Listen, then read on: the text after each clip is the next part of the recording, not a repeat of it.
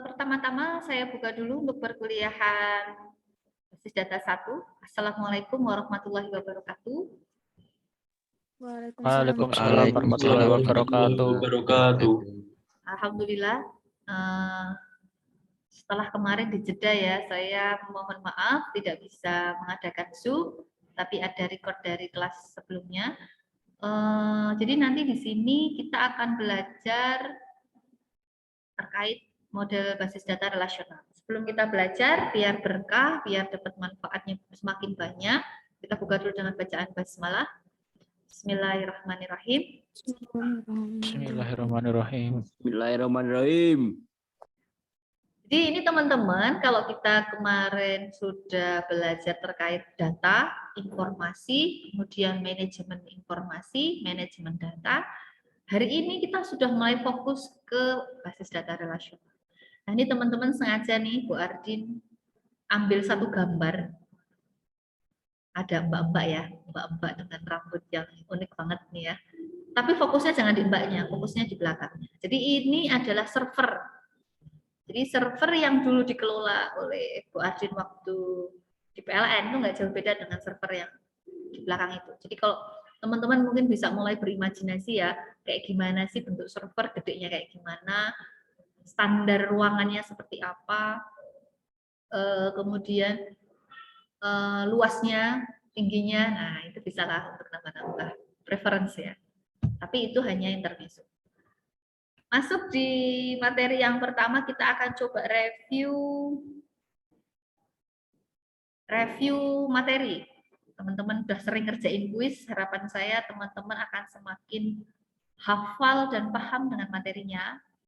Kita ngomongin data, berarti kita membahas sesuatu yang konkret, data kejadian, data transaksi, data perbankan, data benda, yang mana data-data itu bisa diolah sesuai kebutuhan user sehingga menjadi sebuah informasi.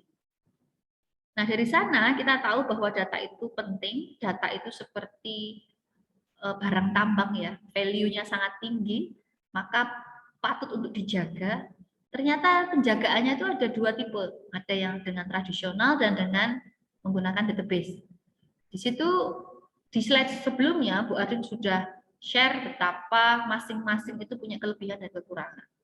Cuma untuk sekarang sudah zamannya revolusi industri 4.0, itu memang dituntut semuanya ini, data yang ada di dunia ini disimpan dengan menggunakan database. Karena kita tahu keutamaan database seperti akurasinya, kecepatannya, bisa dipakai oleh multi user, bisa disimpan dengan lebih ringkas dan banyak sekali. Sehingga aplikasi-aplikasi yang dikembangkan pun juga aplikasi yang berbasis database.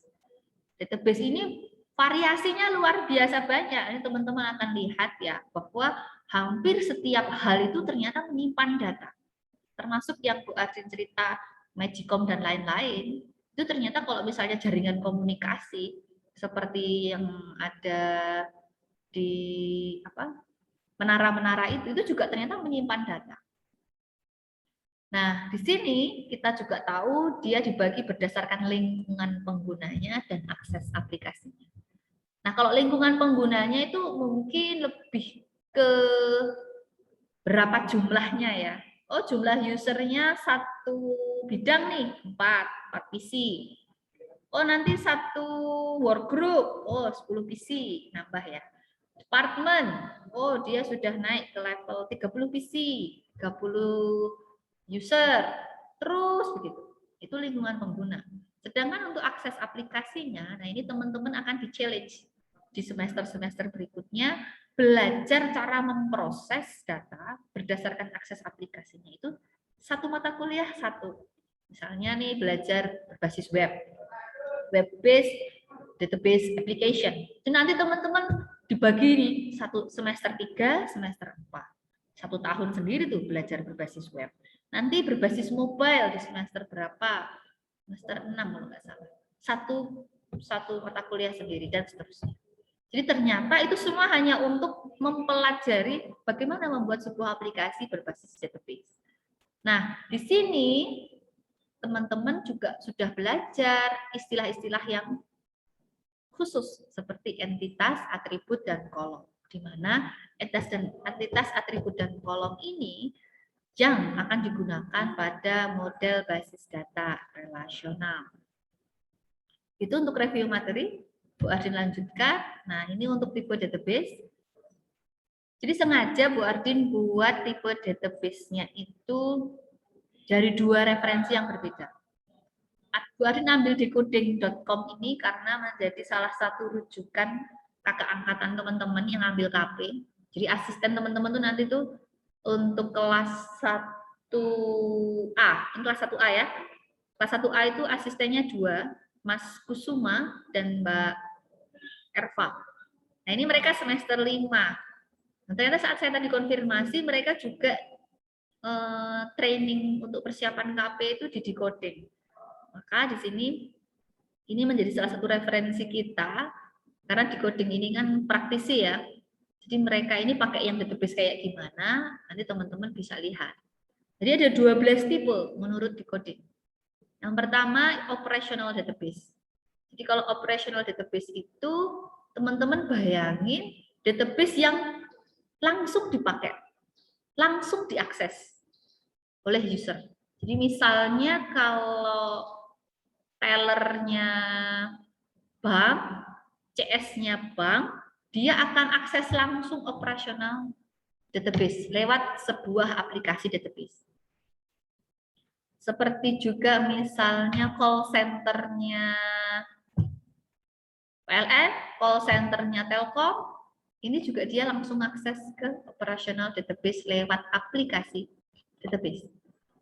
Jadi di sini operational database itu fokusnya untuk memberikan kemudahan user dalam menggunakan data secara bersamaan. Jadi misalnya sama-sama transaksi transfer, itu kan user A, user B, pemilik nasabah A, nasabah B itu melakukan transfer itu kan selisihnya mungkin hanya berapa detik. Operational database-nya bank, dia menyimpan seluruh transaksi yang ada.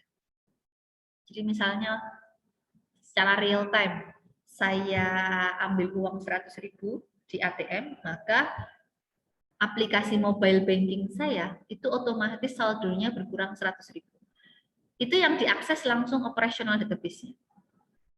Nah, jadi di sini dengan pengembangannya, operational database itu kan sudah sejak awal adanya jurusan komputer itu ya sudah belajar operational database.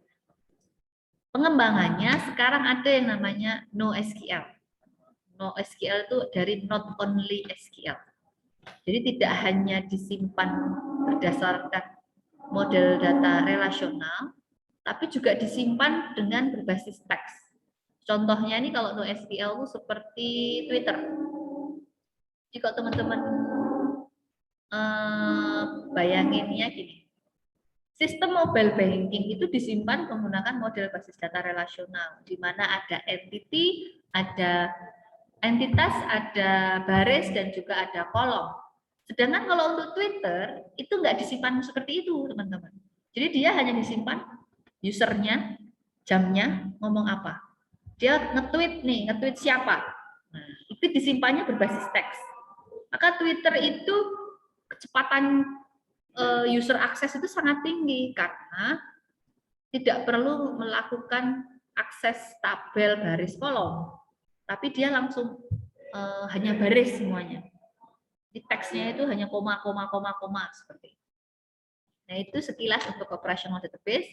Sedangkan untuk analytical database, di mana database ini fokusnya untuk analisis data-data rahasia.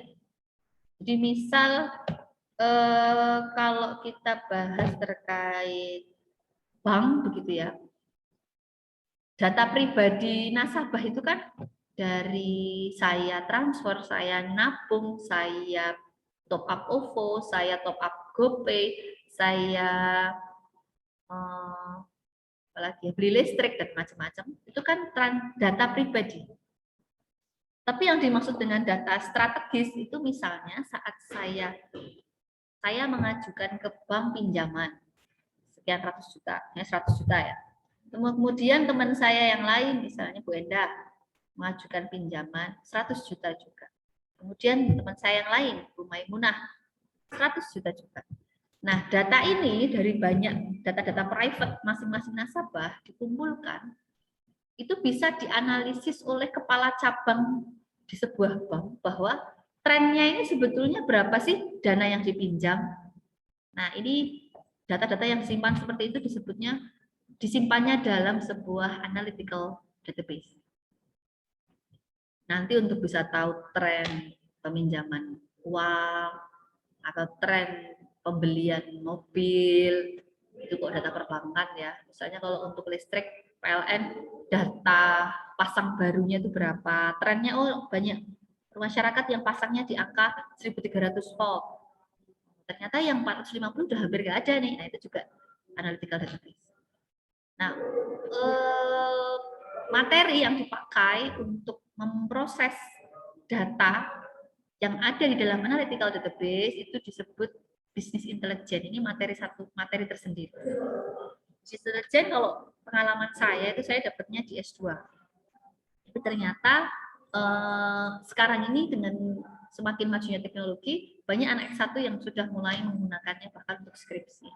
Jadi ini tidak menutup kemungkinan teman-teman pakai untuk skripsi. Kemudian yang ketiga, data warehouse. Warehouse kita tahu ya, in English itu artinya adalah gudang.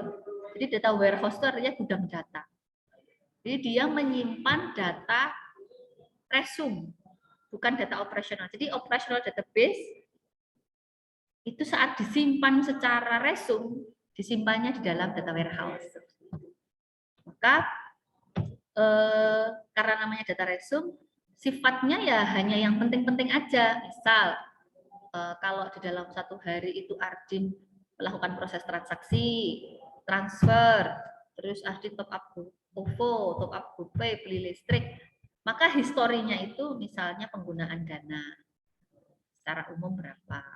Terus saya transfer itu dalam sehari 4 kali.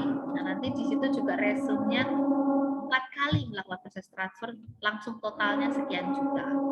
Jadi dia langsung ke historinya. Sedangkan untuk berikutnya yaitu distributed database, ini lebih kepada membagi perangkatnya. Jadi distributed database itu biasanya ada pada distributed programming.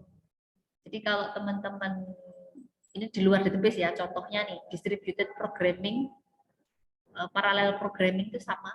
Itu ibaratnya kalau dunia perfilman mau buat film itu kan rendering video ya.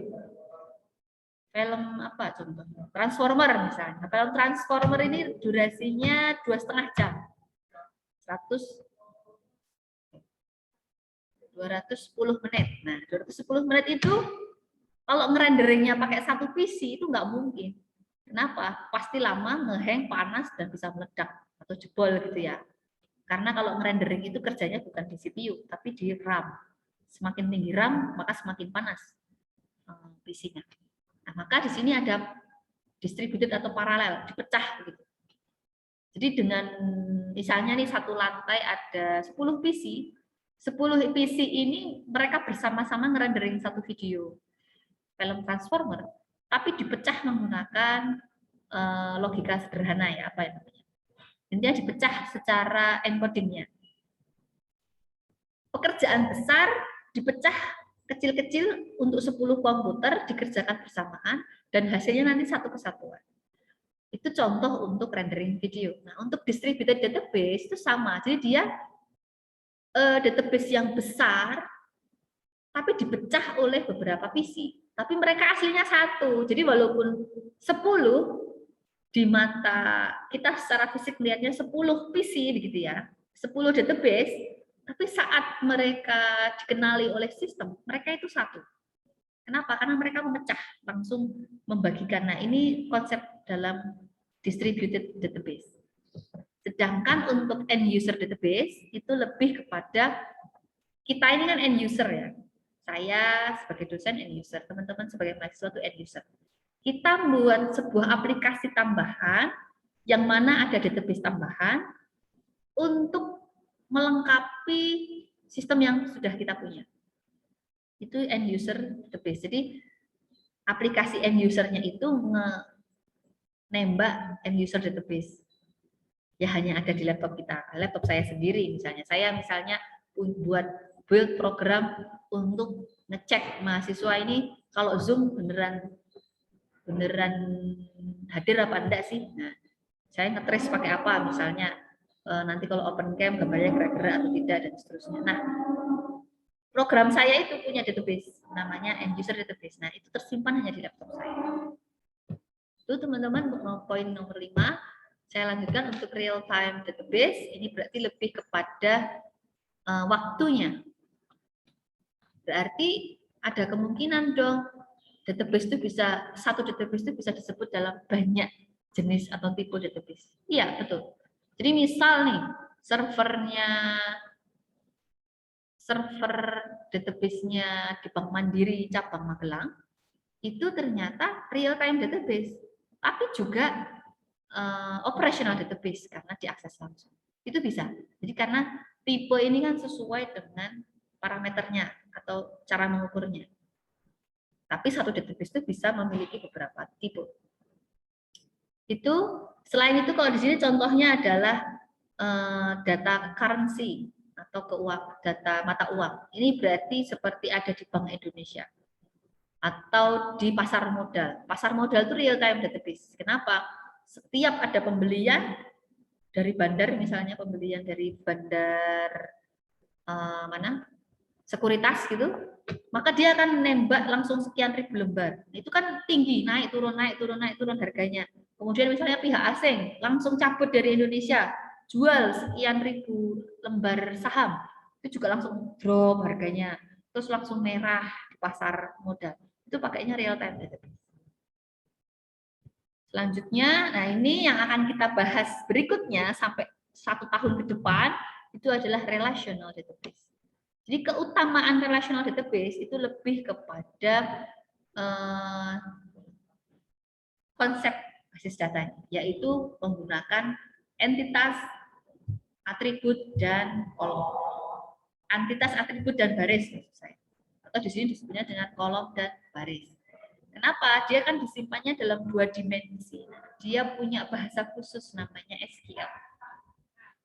Nah, SQL ini nama kepanjangannya adalah Structured Query Language. Sedangkan yang namanya database relasional itu penting dan utama harus ada primary key. Nah, contoh yang saya berikan itu, yang saya highlight pakai warna biru, itu adalah yang banyak digunakan di dunia kerja, baik Indonesia ataupun luar negeri. Nah, ada satu yang tidak saya tambahkan, padahal itu sering digunakan dalam praktik, yaitu MariaDB. MariaDB ini aslinya adalah MySQL, tapi yang dikembangkan lebih lanjut. Jadi ceritanya masalah crash internal gitu ya. MySQL ini kan dibuat oleh satu programmer. Dia mengembangkan open source, kemudian dia mengajak teman-temannya. Kemudian dia mulai menerima sponsor dana atau investor. Tapi tiba-tiba di pertengahan itu si ownernya, first atau perintisnya ya, first idenya itu merasa tidak cocok dengan investor, tidak cocok dengan teman-temannya. Kemudian dia hengkang, dia pergi, dia buat MariaDB. Dan ternyata kalau dilihat dari sintaknya, ya karena MySQL itu yang buat dia pertama, saya lupa namanya. Maka MariaDB itu persis. Cuman yang berbeda, dia tanpa sponsor. Jadi yang di sini pengembangan MariaDB itu ya tidak secepat MySQL. Itu untuk relational database. Nah, untuk external database, yaitu basis data yang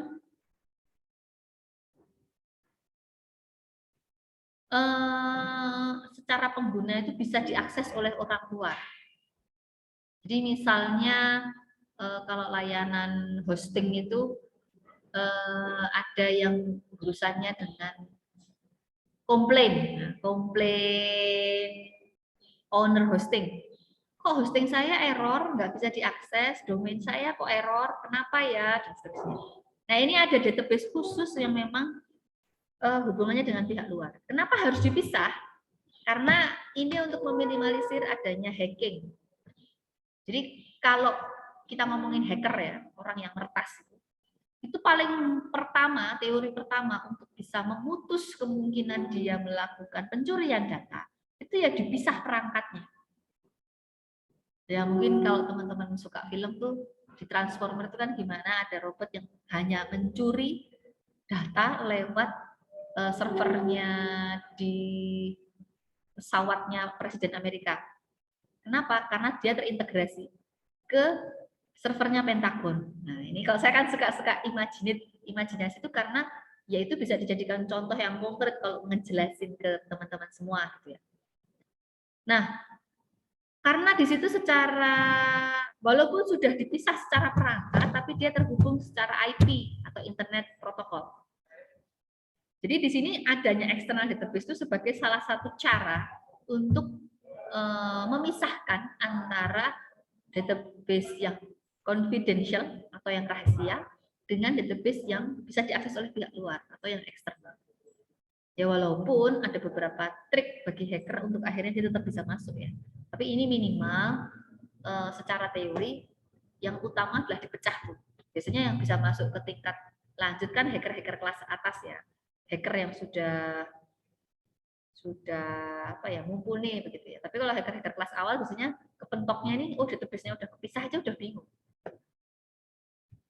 Lanjutnya untuk yang ke-9 adalah navigational database, di mana database yang menyimpan lokasi tracker. Jadi ini erat kaitannya dengan APA. Teman-teman pernah dengar APA? APA-nya Google. Nah, saya lupa kepanjangannya. Jadi APA itu kan datanya Google terkait koordinat-koordinat yang ada di seluruh dunia. Dan itu pula yang disewa oleh Gojek, Grab untuk bisa baca datanya Google. Maka akurasinya semakin tinggi itu karena mereka bayar. Mungkin kalau gratisan, mahasiswa skripsi nih ya, buat location tracking, dia pakainya yang open source. Ya maka akurasinya jauh bisa melenceng 15-20 meter, ada yang sampai 100 meter karena gratisan. Tapi kalau berbayar ya kemungkinan akurasi tinggi. Nah, itu disimpannya dalam navigational database. Jadi dia menyimpan numerik-numerik menggunakan data sumbu X dan sumbu Y. Teman-teman tahu ya kalau bumi itu kan ada garis lintang dan garis bujur. Jadi mana setiap garis lintang dan garis bujur itu punya koordinat. Dan itu semua kan sebetulnya imajinasi manusia. Aslinya bumi itu nggak punya garis bujur, nggak punya garis lintang. Itu hanya membantu secara geografikal untuk membaca. Oh, ternyata aku ada di Magelang toh, koordinatnya sekian. Oh, lebih fokus lagi. Oh, aku ada di kampus 2 Mertoyudan. Koordinatnya yang ini dan seterusnya. Itu disimpannya menggunakan navigational database.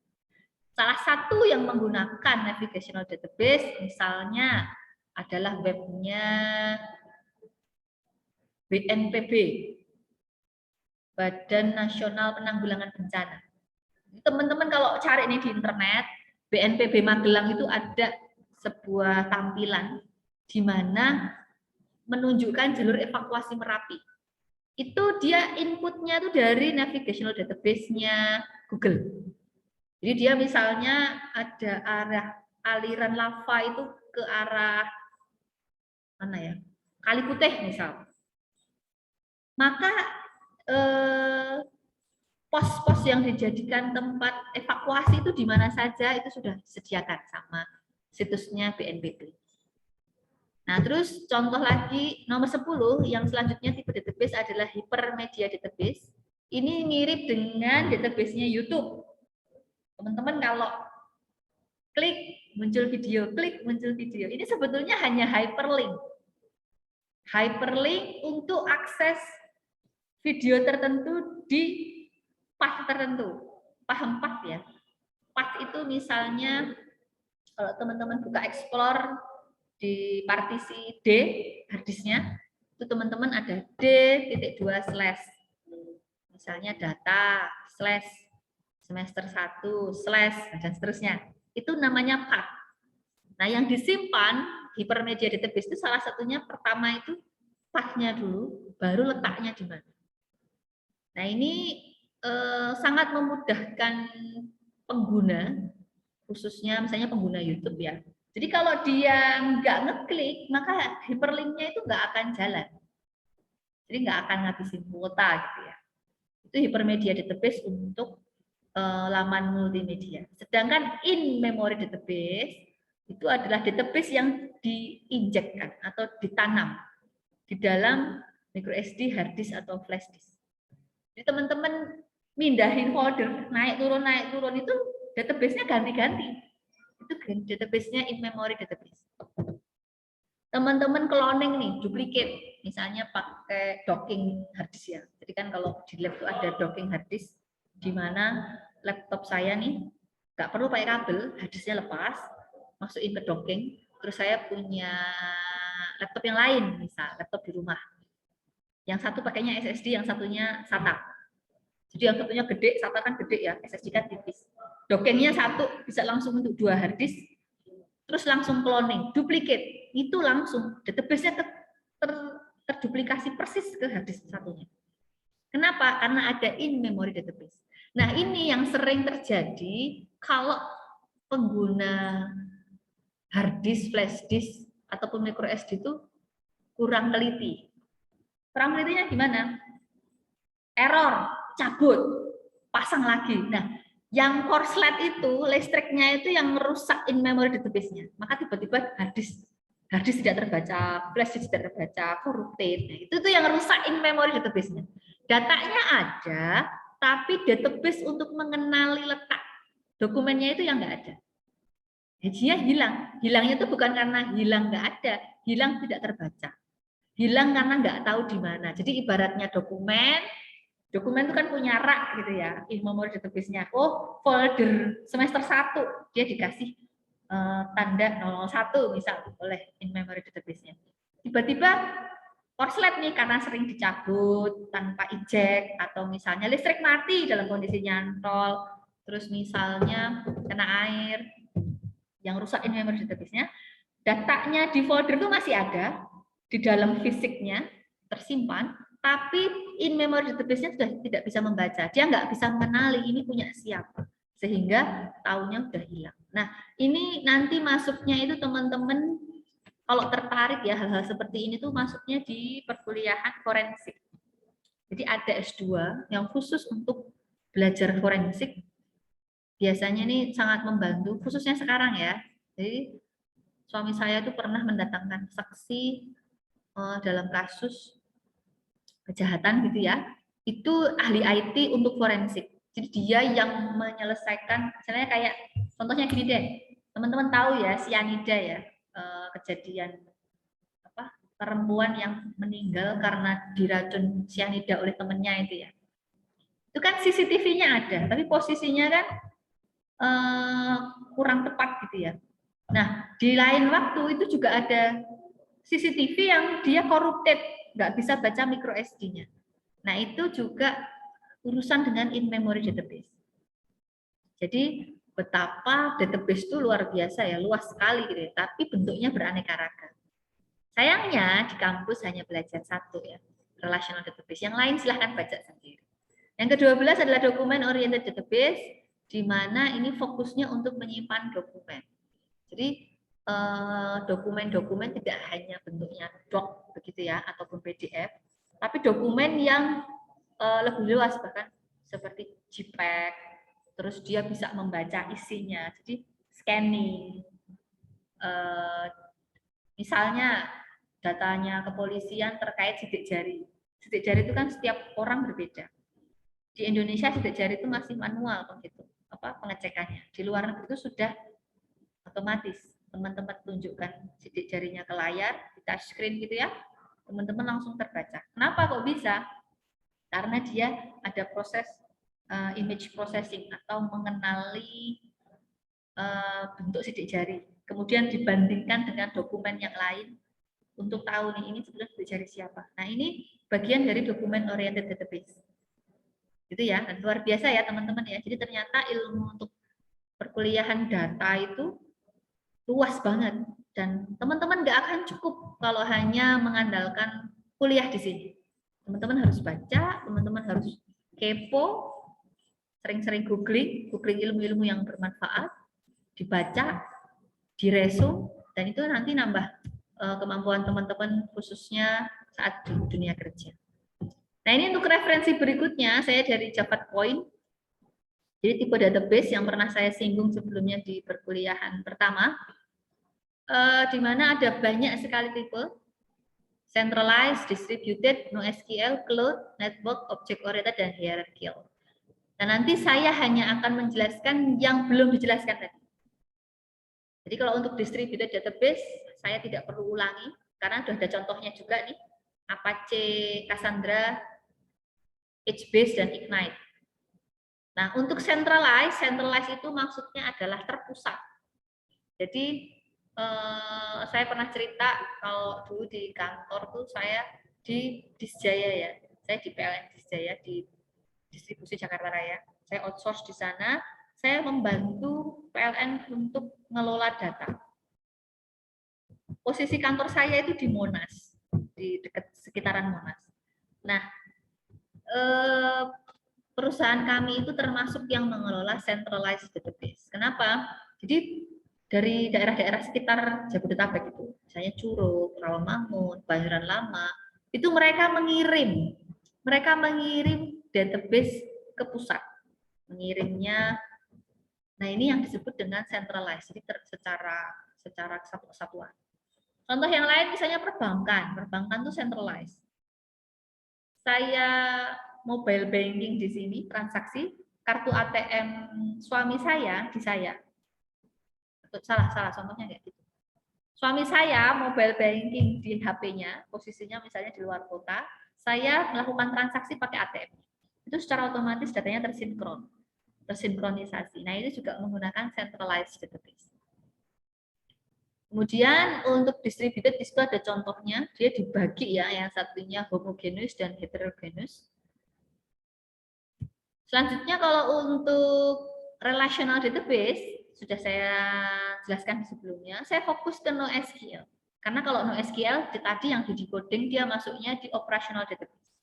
Tapi ternyata NoSQL, not only SQL, nggak hanya SQL itu ya maksudnya, dia ternyata bisa menyimpan data dengan cukup luas, cukup banyak, dan nggak hanya dengan tipe tabel, bisa tipenya macam-macam.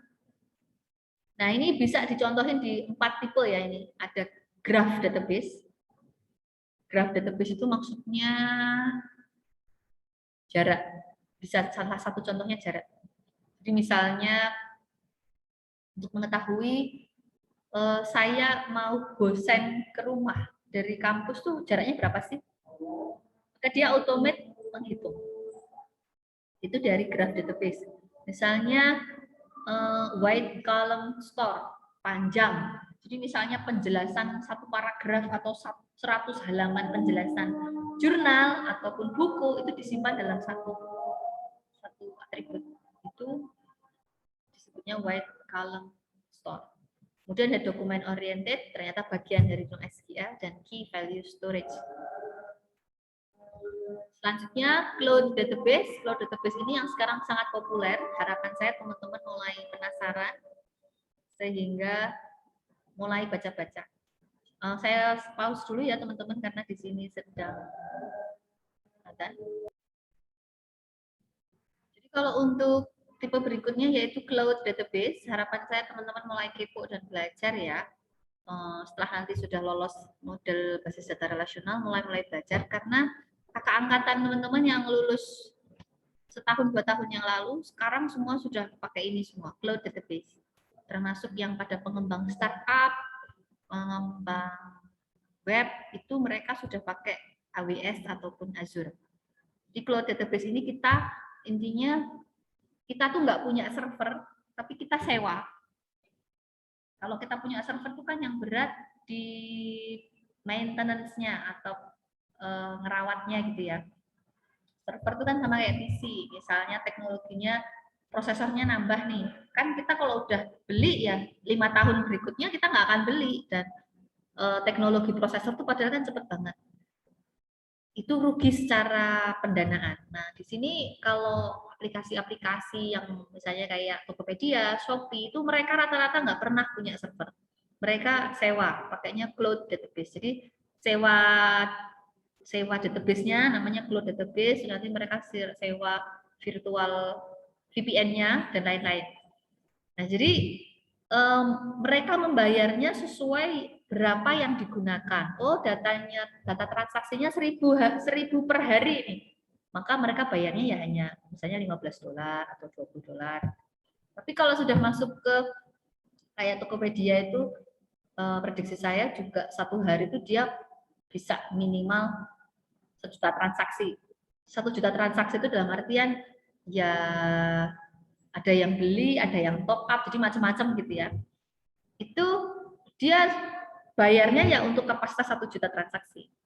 Jadi itu keunggulan dari cloud database, memudahkan pengguna, tidak perlu ngerawat servernya, tapi terima beres udah langsung bagus. Sedangkan untuk object oriented database itu yang fokusnya sesuai teknik pemrogramannya. Jadi saya tadi sampaikan bahwa database itu kan juga ada teknik, dibagi berdasarkan teknik pemrogramannya, berdasarkan cara mengembangkannya. Ada berbasis web, ada berbasis mobile, dan berbasis desktop. Untuk object oriented database ini bisa masuk ke 2 tipe, yaitu untuk pemrograman berbasis web dan pemrograman berbasis mobile. Di object oriented itu lebih ke caranya, cara memprogramnya. Ibaratnya kalau teman-teman ini tipe-tipe lurus, A ke B, B ke C, C ke D, ini namanya pemrograman struktur. Teman-teman belajar di algoritma. Algoritma 1, algoritma 2 itu pemrograman terstruktur, lurus.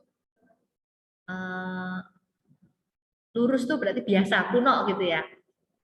Nah, kalau pemrograman berbasis object oriented itu fokusnya adalah bukan menyelesaikan A ke B, B ke C, tapi kira-kira gini, targetnya hari ini apa nih? ABC, maka ABC bisa dipecah ke berapa orang, ada yang ngerjain A, ada yang ngerjain B, ada yang ngerjain C, gabung. Gitu. Satu objek, satu kelas. Nah, database-nya juga sama. Kalau relasional, model basis data relasional itu bertahap. Teman-teman nih, minggu depan praktikum, normalisasi dulu. Habis itu desain, habis itu buat script, habis itu query, tahap lurus. Tapi kalau object oriented enggak, namanya keroyokan. Jadi nanti ada yang buat desainnya siapa, ada yang buat tipe datanya siapa, ininya apa-apa, intinya keroyokan. Jadi ada yang buat kelas, buat metode, ada yang buat primary key-nya, foreign key-nya, itu keroyokan. Itu object oriented. Dan untuk hierarchical database itu lebih kepada parent and children relationship.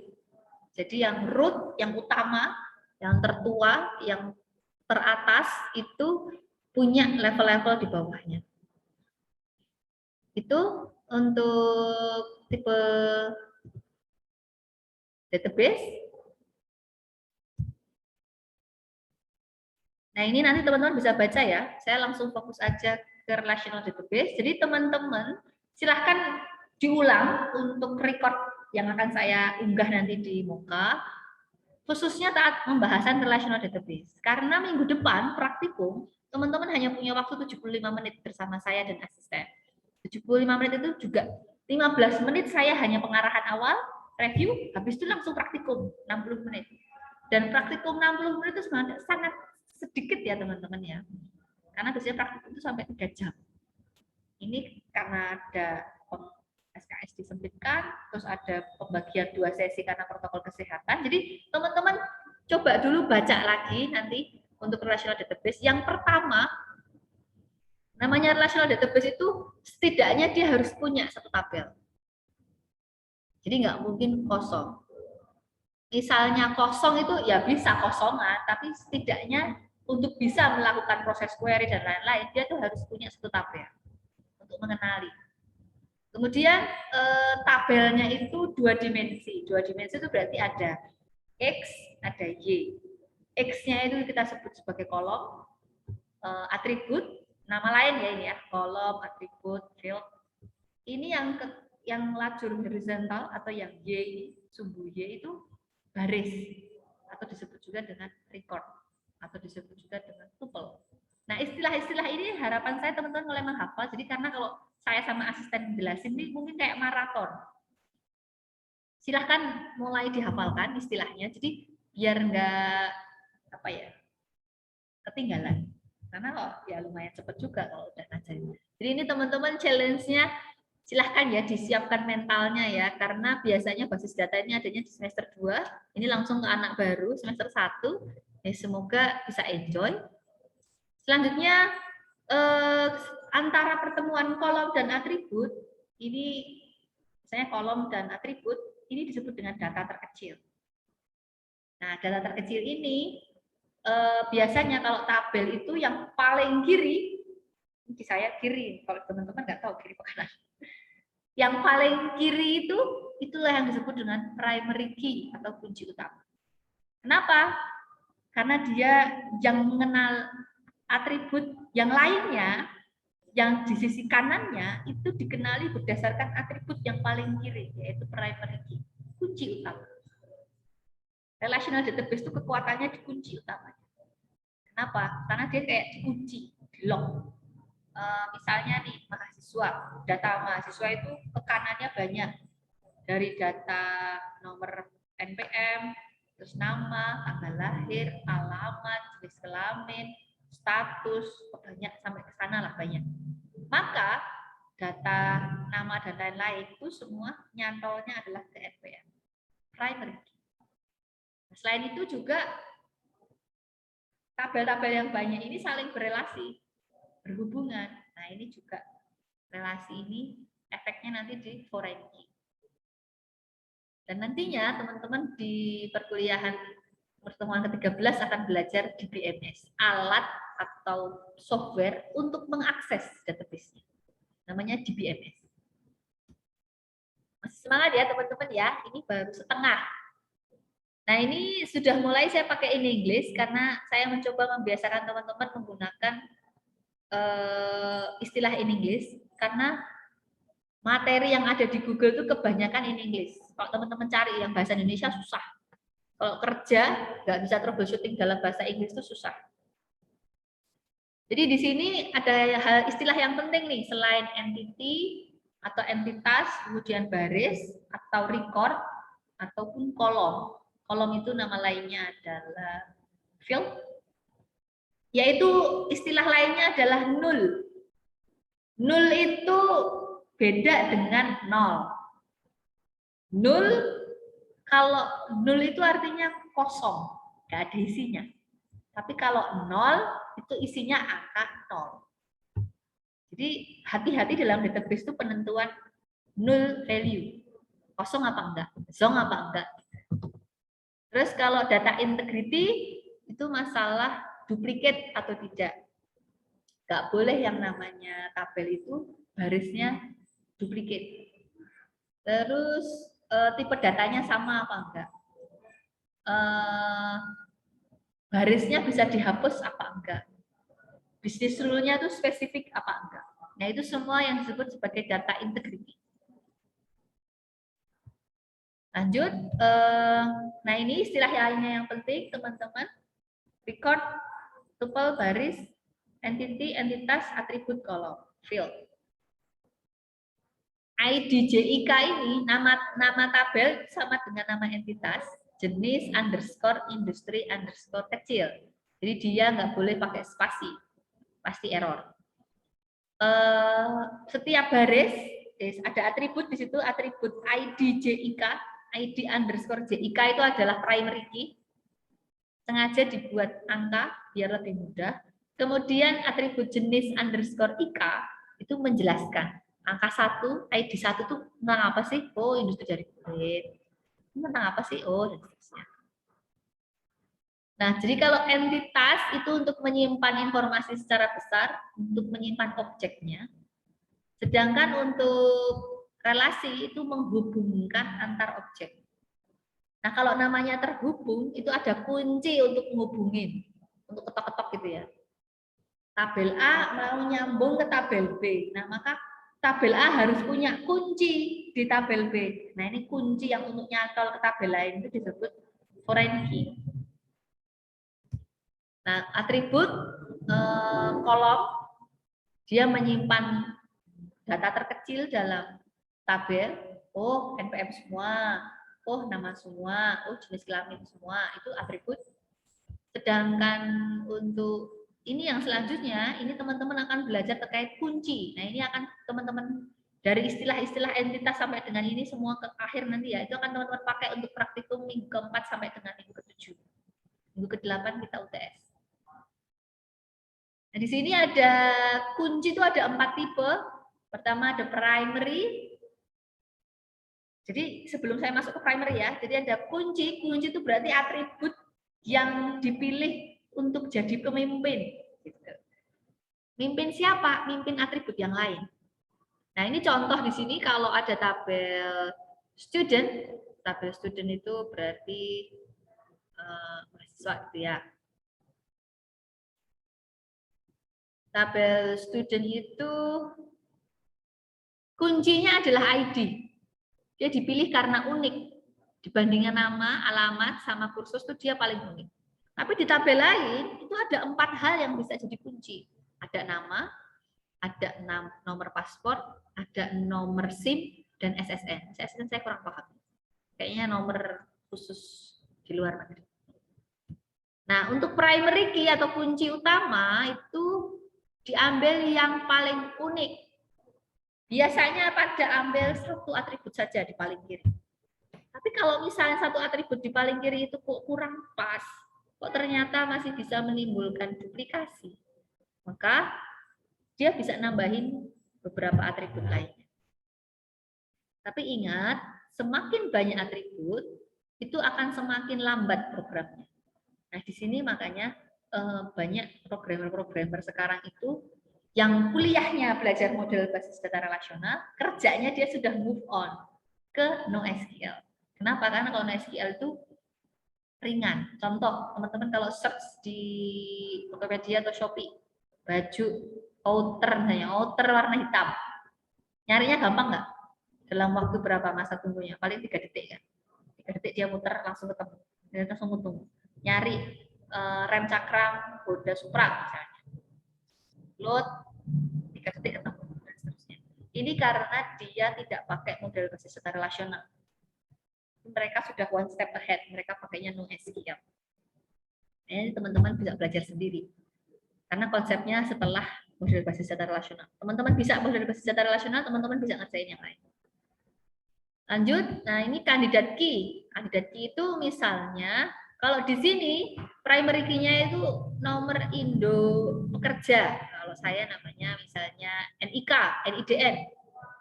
Nah, di sini yang kandidat key itu nomor saya juga, tapi sifatnya nambahin saja. Contoh nomor paspor. Kan nggak semua dosen punya nomor paspor. Tapi semua dosen punya nomor pekerja.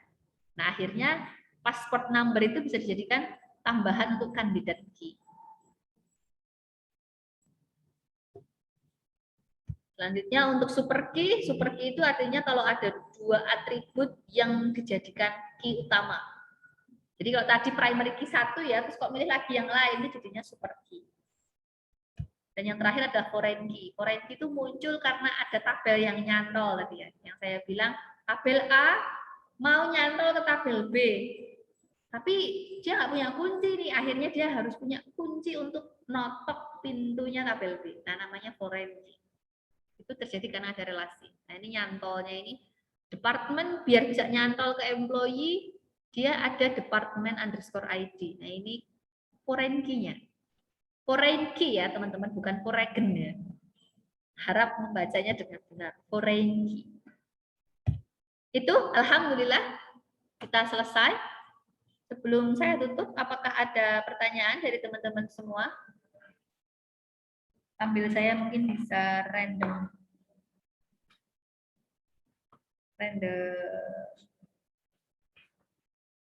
absen.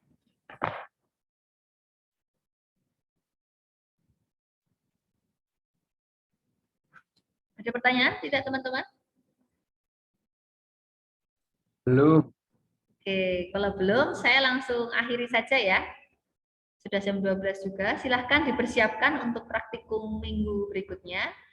Karena sudah offline dengan 75 menit per sesi, harapan saya teman-teman bisa mengikuti dengan baik. Jika dalam penjelasan saya kurang bisa dipahami, saya mohon maaf sebanyak-banyaknya. Saya tutup dengan bacaan hamdalah. Alhamdulillahirabbil alamin. Assalamualaikum warahmatullahi wabarakatuh. Waalaikumsalam. Salam warahmatullahi wabarakatuh.